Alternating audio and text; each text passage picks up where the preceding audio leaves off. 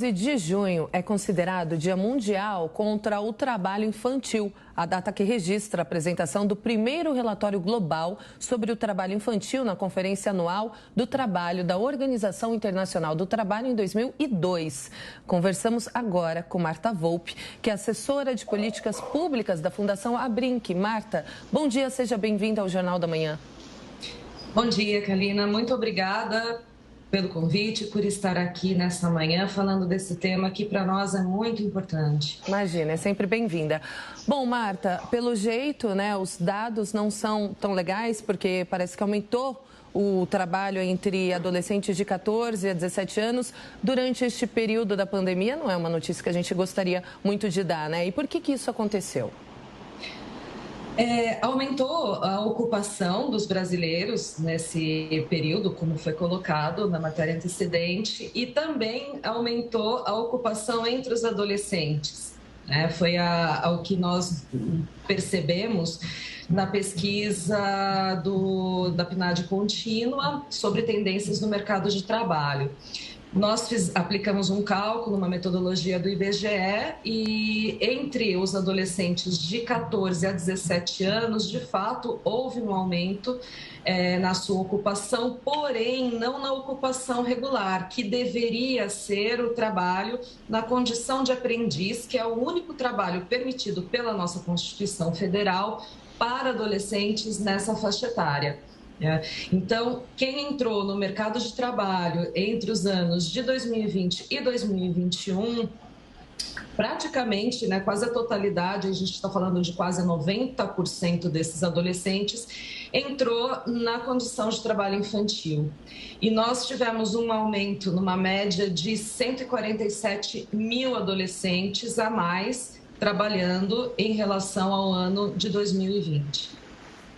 E isso está diretamente relacionado ao empobrecimento da população, imagino, né, Marta? À medida que as condições econômicas das famílias pioram, ou a condição econômica das famílias piora, aumenta a possibilidade de que os jovens da família sejam colocados no mercado de trabalho antes do que deveria, né? Com certeza, com certeza. Essa é uma condição que está muito correlacionada. Os jovens, os adolescentes... Parece que travou um pouquinho. A gente perdeu contato com a Marta Volpe, que é da Fundação Abrinq, que está falando para a gente sobre uma data importante que será comemorada amanhã, domingo, dia 12 de junho, o Dia de Combate ao Trabalho Infantil, um problema que se intensificou aqui no Brasil durante o período da pandemia, como a Kalina mencionou. Agora sim, Marta, de volta, pode concluir, por favor. Desculpa. Parece que ainda não. A gente vai tentar refazer a conexão com a Marta para a gente falar mais sobre o combate ao trabalho infantil aqui no Brasil. Kalina. E nesta sexta-feira, as forças militares enviaram um documento ao TSE onde afirmam que não se sentem prestigiados pelo tribunal. O ministro da Defesa, Paulo Sérgio Nogueira, cobra medidas para eliminar essas divergências, como conta o Daniel Leão. O ministro da Defesa, Paulo Sérgio Nogueira, enviou ao Tribunal Superior Eleitoral considerações sobre as respostas técnicas apresentadas pela Corte em relação às eleições deste ano. O documento mostra insatisfação e descontentamento. O chefe da pasta disse, abre aspas, até o momento, reitero, as Forças Armadas não se sentem devidamente prestigiadas por atenderem ao honroso convite do TSE para integrar a CTE, a Comissão de Transparência das Eleições. O texto acrescenta, destaca-se que, por se tratar de uma eleição eletrônica, os meios de fiscalização devem se atualizar continuamente, exigindo pessoal especializado em segurança cibernética e dados. Não basta, portanto, a participação de observadores visuais nacionais e estrangeiros do processo eleitoral. O ofício indica ainda, em síntese, o que se busca com a proposta das Forças Armadas é aperfeiçoar a segurança e a transparência do processo eleitoral, mitigando ao máximo as possibilidades de ataques cibernéticos, falhas e fraudes que podem comprometer as eleições. Por fim, encerro afirmando que a todos nós não interessa concluir o pleito eleitoral sob a sombra da desconfiança dos eleitores. Eleições transparentes são questões de soberania nacional e de respeito aos eleitores. Fecha aspas. Em maio, o TSE respondeu a questionamentos do Ministério da Defesa sobre as urnas eletrônicas. No conteúdo endereçado ao presidente da Casa, ministro Edson Fachin, Paulo Sérgio Nogueira afirma que não foi possível fazer uma discussão de ordem técnica com a equipe do tribunal e que as sugestões das Forças Armadas precisam ser debatidas por técnicos das duas instituições. Em abril, a comissão criada pelo TSE aprovou 10 medidas para aperfeiçoar ainda mais a transparência e a segurança das eleições. A lista incluiu uma proposta das Forças Armadas. Em nota, o TSE acusou o recebimento do ofício e tentou baixar a temperatura, afirmando que vai analisar todo o conteúdo remetido. O comunicado aponta que todas as contribuições sempre são bem-vindas e que preza pelo diálogo institucional que prestigia os valores republicanos e a legalidade constitucional. E é finalizado com a garantia de um pleito limpo. Abre aspas. A Justiça Eleitoral está preparada para conduzir as eleições de 2022 com paz e segurança. Fecha aspas. O que se vê é que há um desconforto no ar por parte das Forças Armadas que se sentem, de certa forma, excluídas do processo. Rede Jovem Pan News.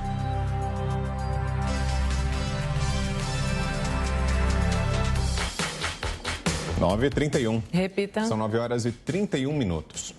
Agora sim, contato restabelecido com a Marta Volpi, assessora de políticas públicas da Fundação Abrinq, que conversava com a gente sobre o Dia Internacional de Combate ao Trabalho Infantil, que será celebrado amanhã, 12 de junho, domingo.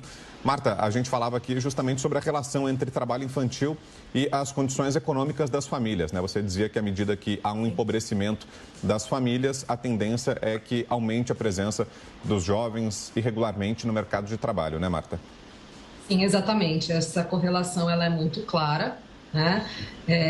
Porque o trabalho infantil é utilizado para a complementação da renda familiar. Então, a criança que trabalha é uma criança específica, ela é a criança vinda de uma família pobre e muitas vezes de uma família cujo principal responsável financeiro é a mulher, que ganha menos no mercado de trabalho. Então, a gente percebe isso muito claro nessa tendência, né? Essa pesquisa, ela trouxe as informações sobre os adolescentes de 14 a 16 anos, porque foi uma pesquisa feita sobre o mercado de trabalho em geral, né? Nós não temos ainda uma pesquisa específica sobre o trabalho infantil, que pegaria a faixa etária de 5 a 13 anos também. Então, nós ainda aguardamos esses dados para ter essa visão completa a respeito das nossas crianças em relação ao trabalho infantil no Brasil. Marta, pergunta agora de Zé Maria. Pois não, olha, o trabalho infantil é uma tragédia. Replica situações de famílias que estão em situação vulnerável, né? E deve ser combatido. E há, recentemente, um grande debate aí sobre reduzir a possibilidade de idade do menor aprendiz, que não tem nada a ver com trabalho infantil, né? Como é que essas políticas públicas devem ser implementadas e adequar a possibilidade do menor aprendiz e a possibilidade de inclusão do menor no mercado de trabalho? Nós, quando lidamos com a questão da pobreza, Zé Maria, é uma pergunta muito boa a sua. Nós temos que pensar que a pobreza não é uma questão complexa e a resposta ela também precisa ser complexa, né? As políticas de combate à pobreza e de retirada das crianças do trabalho infantil, ela não pode ser simplista, ela também precisa ser complexa, levando em conta os vários elementos da sociedade que conduzem a criança a essa situação. Então, nós acreditamos que tem que ter um bom investimento em políticas de geração de emprego, para as famílias, para os adultos em especial. O Brasil também precisa ampliar sua capacidade de contratação do trabalho protegido para os aprendizes, porque as vagas ainda elas estão aquém daquilo que o Brasil tem capacidade de gerar para que os adolescentes tenham acesso a um trabalho protegido. Nós entendemos que o lugar, a ocupação da criança é o estudo, além do esporte, da cultura. Nós, na Fundação Abrinq, defendemos muito isso, que o lugar da criança é a escola. Então, para que ela possa desenvolver todas as suas capacidades, e sim, a formação profissional, ela é um direito do adolescente. E o trabalho protegido, né, na condição de aprendiz, ele oferece isso para o adolescente, e é assim que a gente consegue romper os ciclos de pobreza. Quanto mais estudos, e as pesquisas trazem essa resposta para a gente, quanto mais anos de estudo, mais condições essa pessoa, esse indivíduo tem de conseguir trabalhos melhores com maiores rendimentos. Então, nós realmente precisamos olhar para essas crianças e dar a elas esse direito de desenvolvimento. Agora, Marta, amanhã, 12 de junho, é o Dia Mundial contra o Trabalho Infantil. Existe alguma campanha específica neste momento? Alguma celebração amanhã? Conscientização? Enfim, algo será feito amanhã? Tem campanhas pelo Brasil todo para fixar muito essa data de combate. A Fundação Abrinq tem um site próprio, que é nãoaotrabalhoinfantil.org.br, que nós mantemos ativo o ano todo. E ele tem informações muito interessantes, inclusive esse ano nós lançamos um e-book para falar a respeito de trabalho infantil e como combatê-lo. E as informações que nós trouxemos nessa pesquisa também, cujos os dados eu estou compartilhando um pouco aqui com vocês. É importante, principalmente, nós tirarmos um pouco esses mitos da nossa cultura de que é melhor trabalhar do que ficar ocioso na rua, ou de que o trabalho dignifica, porque isso tem atrapalhado muito a nossa ação, de combate, de enfrentamento para a erradicação do trabalho infantil na nossa sociedade. E nosso site contribui com isso. Bom, conversamos então com a assessora de políticas públicas da Fundação Abrinq, Marta Volpe. Marta, mais uma vez, obrigada pela participação no Jornal da Manhã. Excelente fim de semana para a senhora. Obrigada. Bom dia a todos.